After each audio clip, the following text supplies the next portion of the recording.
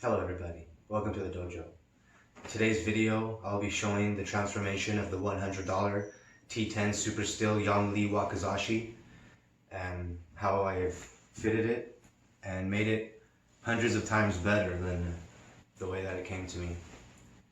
And it reminds me of an ancient jutsu proverb that basically goes, sometimes your unanswered prayers turn into your greatest blessings.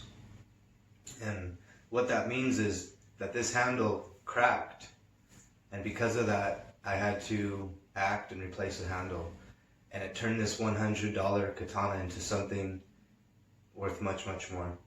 And we'll get into that in a second. But first I just want to do a quick EDC check. Of course, as always, pocket knife.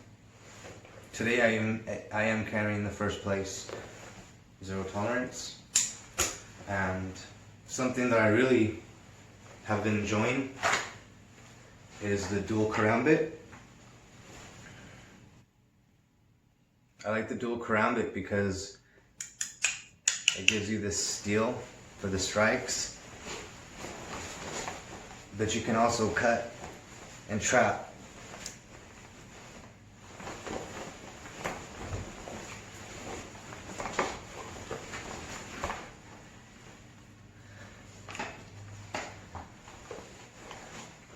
So yeah, I've got the CRKT ring razzle, and again the Microtech karambit.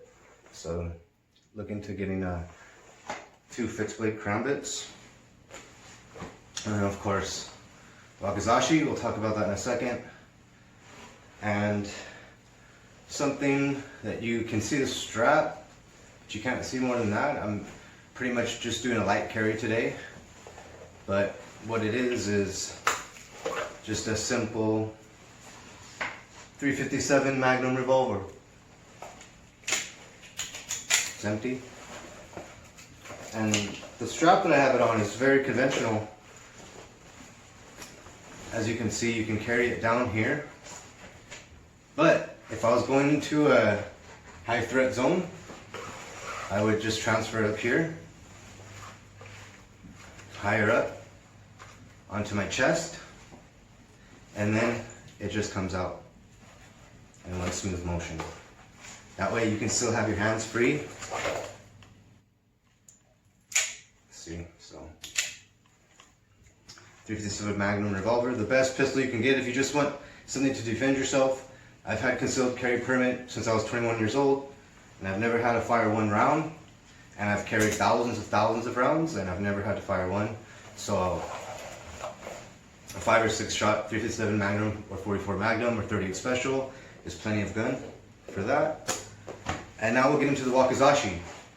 So I'll roll in some footage of all of the phases, and then we'll come back here and I'll talk about the advantages, and we'll do some cutting test. So I'll see you in just a few minutes. Axe chuck project is I had a little bit of axe handle left over, and it's actually the exact same width. Okay, so I was able to get the old handle off. This pin, I just hammered it out with a hammer and an old drill bit, and then this pin is just like a divot type thing, and this thing here, I'm probably going to end up cutting that off, and I took that off with some pliers.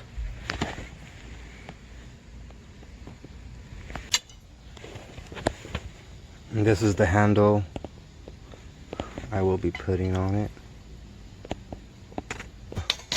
But before I do that, I'm gonna have this nice snack. I got this from the farmer's market today.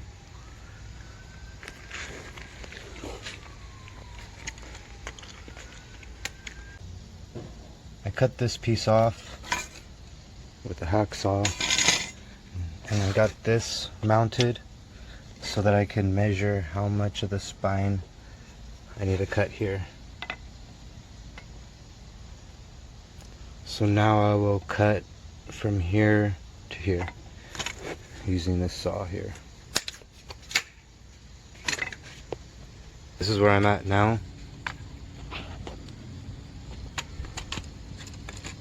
I have the back of the axe handle carved out, and this was the pin that was in it, but it's too short.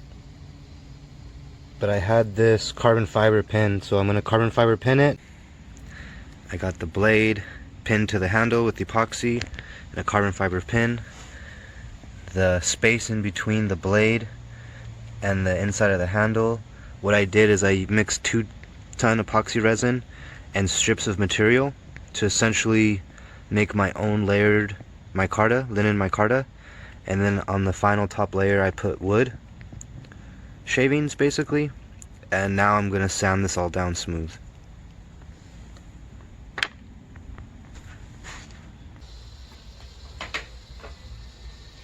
If you notice, what I did is I've made this part here really thin to give it some swell here and to give it some swell here. And then on this back side here, I sharpened it a little bit. I gave it a little bit more of a point. Oh wow, that was really cool, wasn't it? So that was some of the steps and some of what I did to create this. And now we'll get into the katana. This work of art, if I must say so myself, the blade still needs to be polished.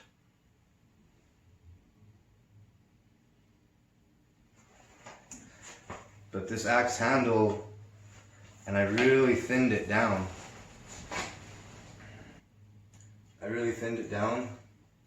Made the contour very nice. Now, the really interesting thing about it is that this extra meat back here really helps with the blade.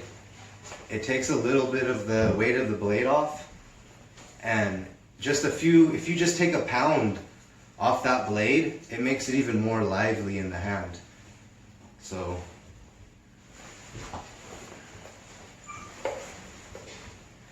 it's even more deadly now, in my opinion. Some of the other advantages is this back, I ground this back into a point, to a diamond point.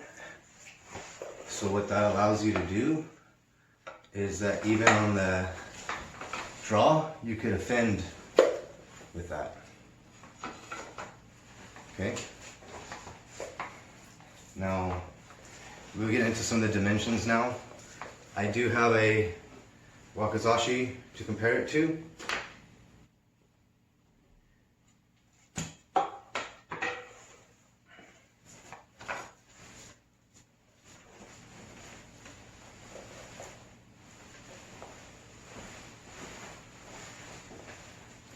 Now, the blades are exactly, pretty much, the same length. Here's the handle difference.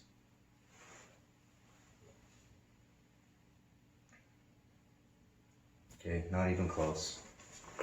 And like I said, even though this one is bigger, with that extra balance, it feels faster to spin in the hand.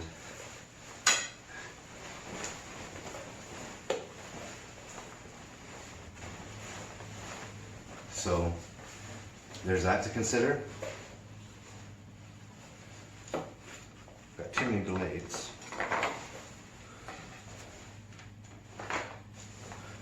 Now for a full-size katana,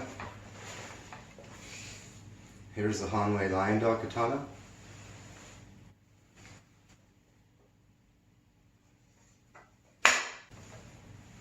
You can already see that the blade is much longer, okay? But the handles are exactly the same length. And so if you were to hold the Wakizashi at this butt end down here, you can get the same exact reach as a full-size katana, just from holding it down here. Now you can hold the katana down here too, and that would make the effective reach it would still have a few inches. Okay.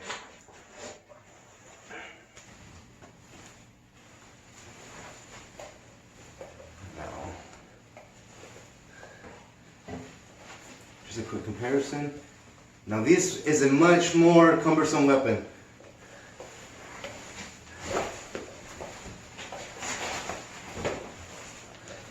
Especially standing up.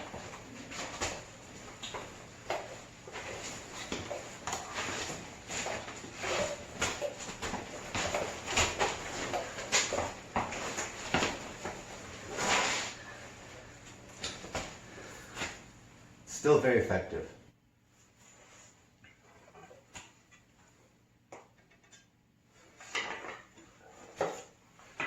But this right here, in the same space,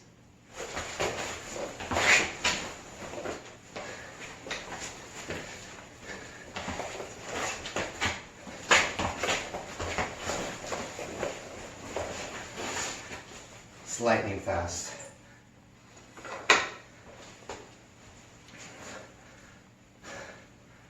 So overall, I'm quite excited with the improvements, and I'm excited to do some cutting, so I'll get the cutting stand set up now, and we'll test out the blade.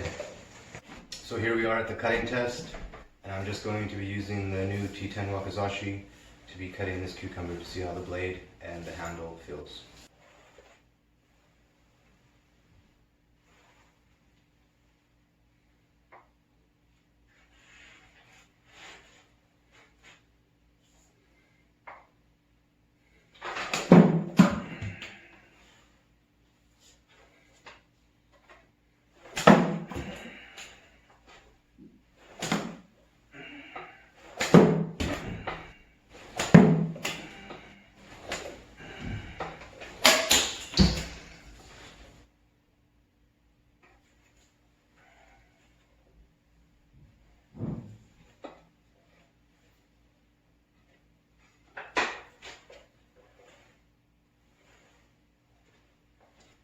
So let me just show you some crazy thing that just happened.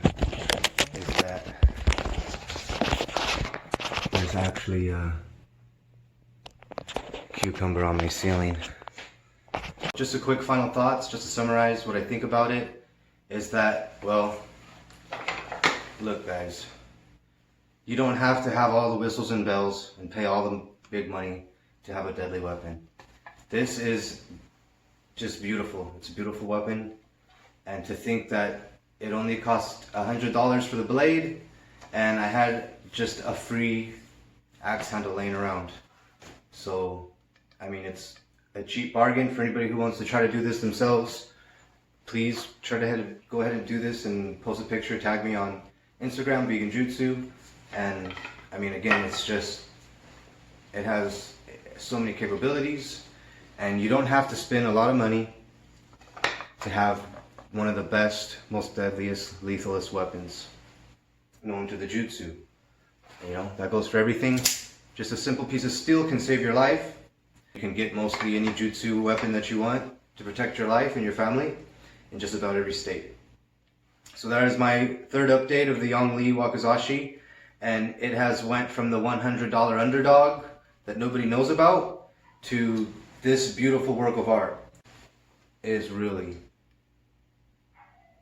what this was supposed to be its whole life.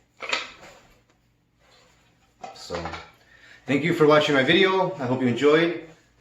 Like and subscribe, and thank you for that. And I appreciate all you guys. Have a wonderful weekend and be safe.